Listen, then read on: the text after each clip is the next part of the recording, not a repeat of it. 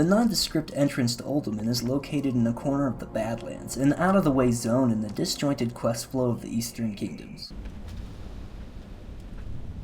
We enter Uldaman in a sort of foyer to a system of massive stone halls built by the mysterious Titans. Various tunnels weave their way through the earth, opening into different parts of the ancient complex.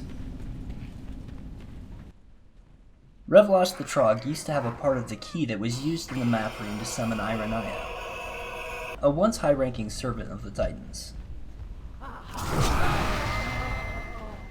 Unfortunately, there really isn't anything exciting to see here behind Ironaya. In and around the next array of tunnels, you'll find some optional bosses. While they have backstory, they pretty much look like they were just dropped in at random if you're just running the dungeon without reading quest text.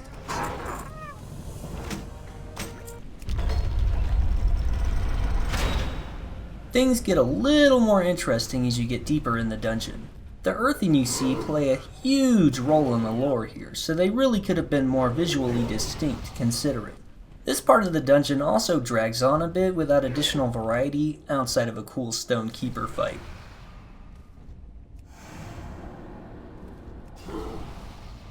The final payoff is an awesome boss room, though the initial effect is somewhat lessened since the boss fight had its claws removed in a Lich King era patch.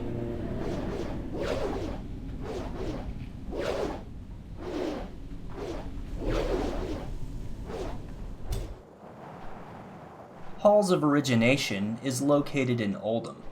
It's a Cataclysm zone, mostly remembered for its Harrison Jones questline, and not so much for building up the lore of its impressive landscape.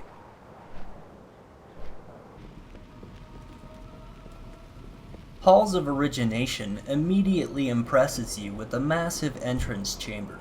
The rising stairs lead your eye upward to the magnificent statues and vaulted ceiling, producing a cinematic effect of grandeur. However, the simple mirrored patrol pattern of the mobs at the top of these stairs and the small size of the landing reduces the opportunity to take it all in close up. The first boss is symptomatic of some of the issues with this dungeon. According to the lore, he's guarding these arcs way off to the side, and you're really likely not to even notice them. The design of the fight and this room are cool, but they don't really convey a sense of purpose within the dungeon overall. Next, you come to an elevator room, the hub of the rest of the dungeon. Underneath the elevator platform, you can see a glimpse of the ancient technology that the Titans used to construct the Halls of Origination. To the east of the elevator, you can find a pyramid that's secretly a doomsday device. This optional boss doesn't have any definite purpose. Honestly, the only interesting thing here is the opportunity to ride a camel.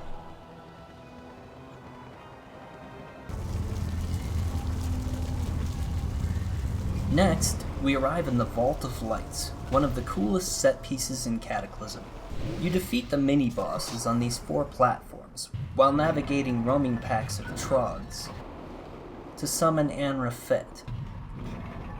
This boss encounter would have been a pretty memorable final fight for the dungeon, but unfortunately it isn't the last fight.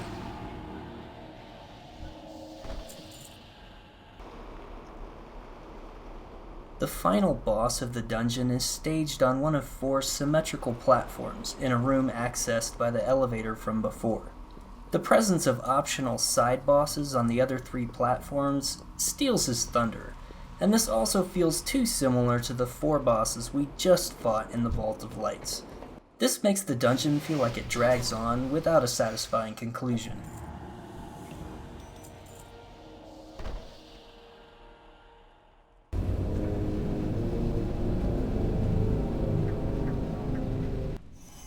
Uldaman and Halls of Origination are both ancient repositories of knowledge and treasure.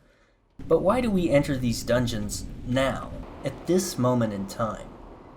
In Uldaman, you fight trogs and dark iron dwarves, because they could take that treasure, but they don't feel like they pose that much of a threat to the treasure. In Halls of Origination, you fight timeless guardians who have been here for eons.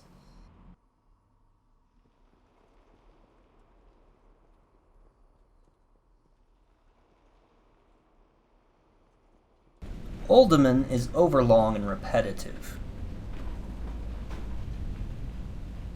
Trogs and dwarves descended from earthen to be radically different from each other. But when you see them in the tunnels around expedition props, they seem interchangeable. Halls of Origination is supposed to be filled with wondrous treasure, but it's almost devoid of any objects besides the mobs you have to fight to get where you're going. The treasure room at the end of Uldaman is more impressive, despite being way lower res.